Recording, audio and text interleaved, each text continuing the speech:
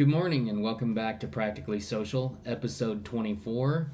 Today I'll be talking about gratitude lists and how we can use them to effectively manage stress, get a brighter outlook, and think about some of the things in our lives that really bring us joy.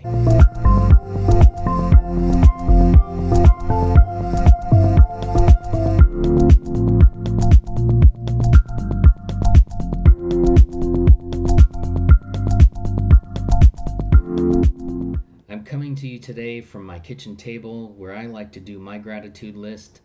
I like to do gratitude lists at a couple of times a day.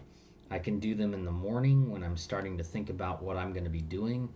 Helps put me in a really good mood and think about things that are important to me, as well as what I'll be carrying with me throughout the day when things get a little stressful or my mind starts to wander about things. The other time I can do a gratitude list is at the end of my day, and then I have more things that I can talk about that have happened during my day. So it's another great time to reflect instead of looking forward.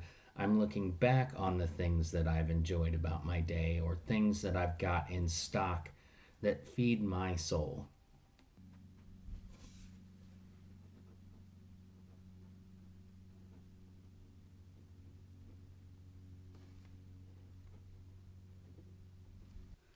Welcome back. So, we're going to talk a little bit about the gratitude list in detail.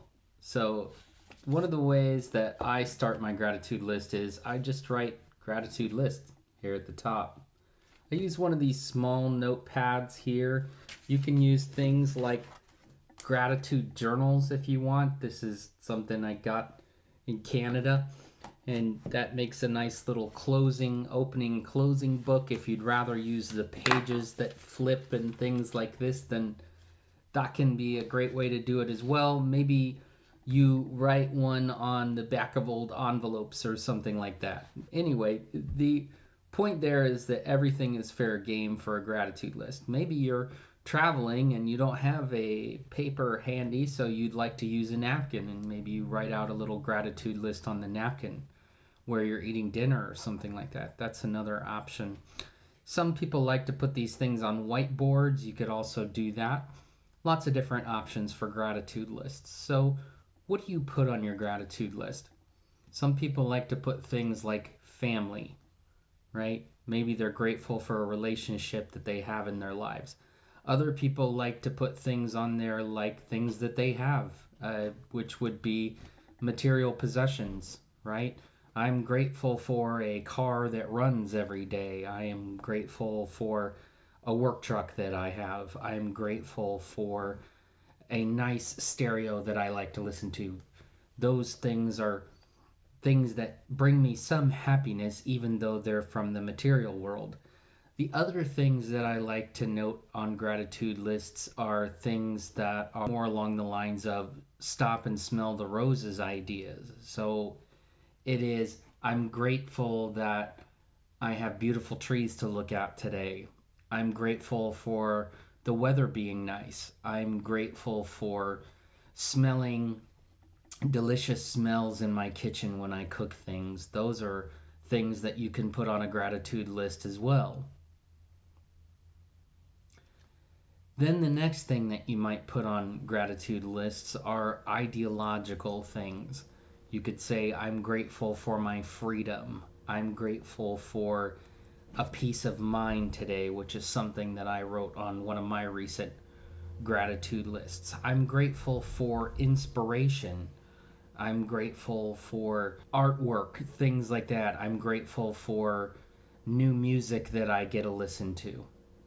Then we can add things to gratitude lists that are more social in nature. So I'm grateful for making connections with my friends. I'm grateful that I have a particular friend or a group of friends. I'm grateful that I have work colleagues that I enjoy working with.